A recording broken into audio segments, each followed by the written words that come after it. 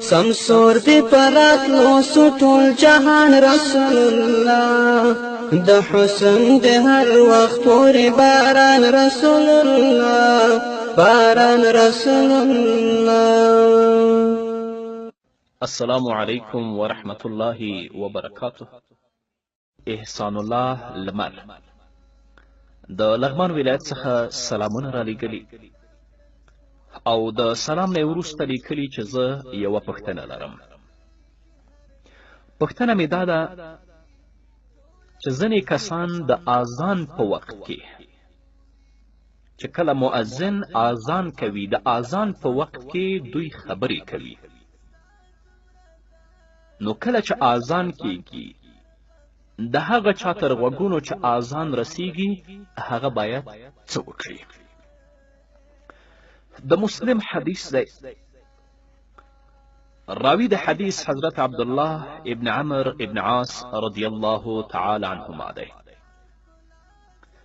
هغه فرمایي انه سمع رسول الله صلی الله علیه وسلم یقول اذا سمعتم النداء فقولوا مثل ما يقول ثم صلوا علي فإنه من صلى علي صلاة صلى الله عليه بها 10 ثم صلوا الله لي الوسيلة فإنها منزلة في الجنة لا تنبغي لعبد من عباد الله وأرجو أن أكون أنا هو فمن سأل لي الوسيلة حلت له شفاعة. حضرت عبدالله ابن عمر ابن عاص رضی الله تعالی عنهما فرمای چې ما د نبی کریم صلی الله علیه وسلم نه اوریدلی چې محمد رسول الله او فرمایل کله چې تاسو د مؤذن آواز واورئ، یعنی کله چې د اذان غږ ستاسو تر غوږونو ورسیږي نو داسې وایئ لکه څنګه چې مؤذن وایي.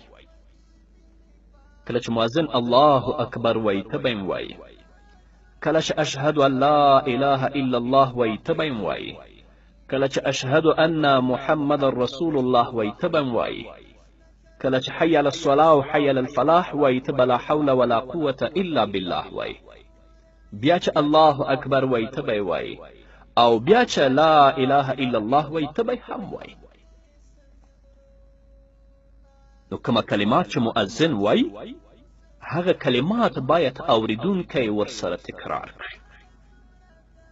او د اذان نه وروسته نبی کریم صلی الله علیه وسلم فرمایي په ما باندې درود ووایئ، ځکه څوک چې په ما باندې درود ووایي نو الله رب العزت په هغه باندې 10 رحمتونه نازلوي.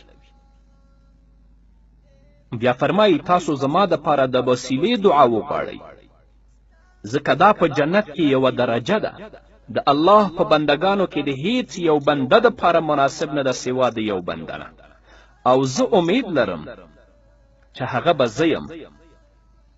پس چا چې زما دپاره د وسیلې سوال وکړ نو د هغه دپاره به زما شفاعت لازم شي. همدارنګه د بخاري او د مسلم حدیث دی.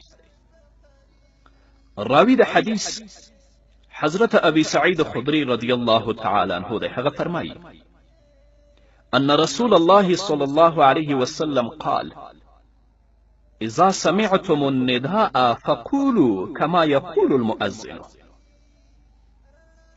رسول الله صلی الله علیه وسلم فرمایي چې تاسو کله د اذان آواز واورئ نو هغه کلمات وایئ کوم چې مؤذن وایي.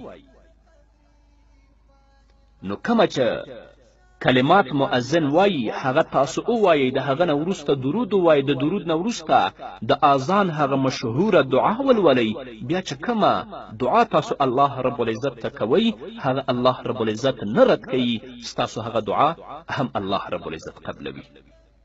نو د اذان نه د اذان اوریدل دا واجب دی، جواب ویلی او پاتې شو خبرې کول دا ناجایز او د شرعي خلاف عمل دی.